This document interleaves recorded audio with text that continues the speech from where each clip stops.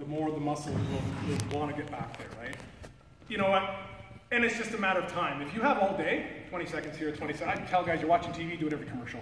Do it for a minute now and again. You can't overdo this. It's just a nice way to structure it in a practice part of your cool down, right? Because a lot of this kind of grounded stretching doesn't transfer to anything. And this one, again, is what it's also going to do is it keeps your feet grounded to the force to the ground, so it's very functional. But it still activates the muscles, but it's stretching them in a very perfect position, because when you get into real blocking, you know, we're going to get into positions like this where most guys they can't get there. Right? And so they're not as effective as they could be. And that stretch will help them big time, particularly with your older athletes that are starting strength training. And you will help against tears. And it's very simple. Yes, Coach? Angus, how long does it take to get a kid to be able to do that? You know, you get a kid for only a certain amount $1 million question. Yes, Coach. Good. So how long does it take? Kids pick up things at different speeds, right? And so my big point is, this is a fundamental thing. So this is every day, forever. Some are going to get it faster than others. And your job as a coach then is going to try to motivate and empower these kids enough that if they want to do more, this is something they just do in the mirror. And I did it all the time at home when I was 15 years old. And some kids will do it, some kids won't. But I think that's the real magic of your messaging, where you're going, look, guys, you want to be great. These are the things that are going to work. Because they're thinking it's the big bench press, and it's the shoes, and it's these gloves, and it's this mundane thing that's going to make the difference. And so, look, some kids get down there, and they're able to. Some kids, it's a pain, but you just got to encourage them to keep working at it. Yes, sir. One of the biggest challenges I find is the motivational Yes. part. They all want to play D-line. Yeah. You know, to do this, what kind of things? How do you get them to want to do this? So there's the surface level motivation. You guys are the most important group in the field. Nothing happens without you. We all know that kind of goes skin deep when they forget about it. So there's also the constant rewarding of them. I would make them the focal point of every team meeting. Every win starts with offensive line praise. I would cheat and make your awards for them better than everyone else's. You know, superficial things work with teenagers, they work with adults, right? I would create pride t-shirts that are exclusive to offensive line. I would create the ability for them to feel exclusive of what they do and make sure it's rewarded in a very authentic form. You know, we did that with even up to pro level, because 30-year-old offensive linemen are just as insecure as 15-year-old offensive linemen, right? And so we were always acknowledged first. We always had a better reward than anyone else. And everyone kind of knew what was going on, but it didn't matter. You know, we got the praise.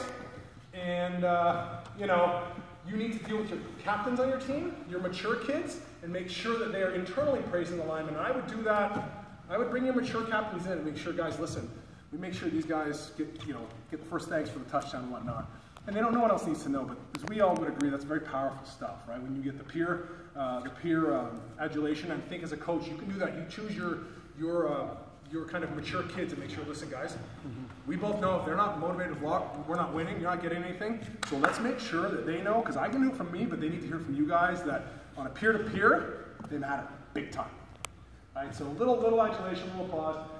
And every time a drill happens like this, these drills have to be reinforced as not only universal, but this is why we're going to win as a team.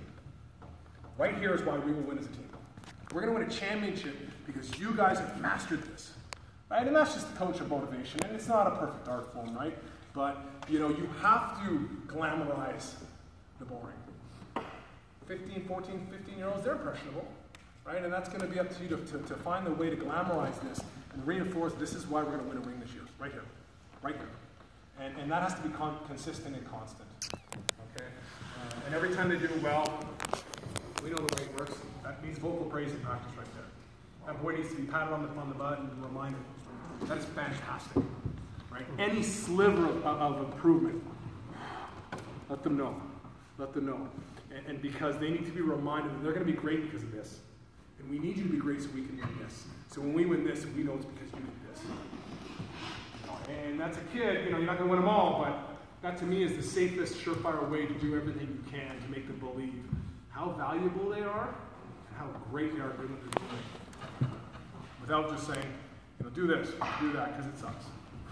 It really sucks, right? I found too with the motivational and things, they generally they self-identify who the more mature, more of the group, and generally that was the guy that I would tell him, this is your O-line.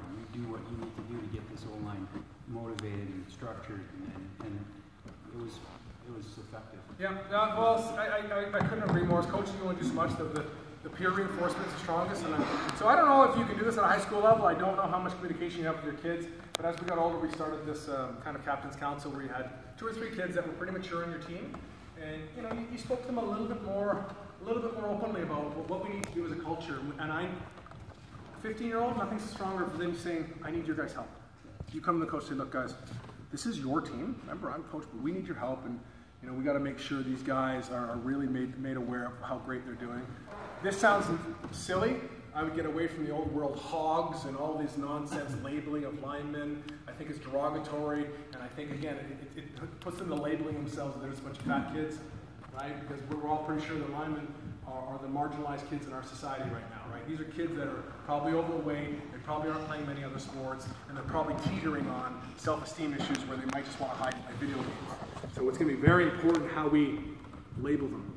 How would you label them? I would label them as the most important aspect of our offense. Yeah, but like I think. I don't label. What do you label your receivers? Why do you have to label? No, but I think what makes the difference is because it's such a unit. Like now, I'm just hearing you talk about crazy stuff. Sure. It makes me think. I would let them label themselves. Yeah. So internally, right? Mm-hmm. And you know what? Look, if they want to gravitate to that, then that's fine. But for an external labeling, you don't know the ramifications of what that could do, right? Yes. I had an experience last year which was really interesting to me. One of my linemen that I was on the bubble about whether he's going to play or not, he says, you know what really bothers me is you talk about skill position and then lineman. Yeah, that's a good point. And that's not giving the lineman a derogatory name, but you're actually putting somebody above them and telling them they're skilled and you're not. Yeah. That was a big deal. Yeah. Sure, I actually defend my O-line when I hear words like that.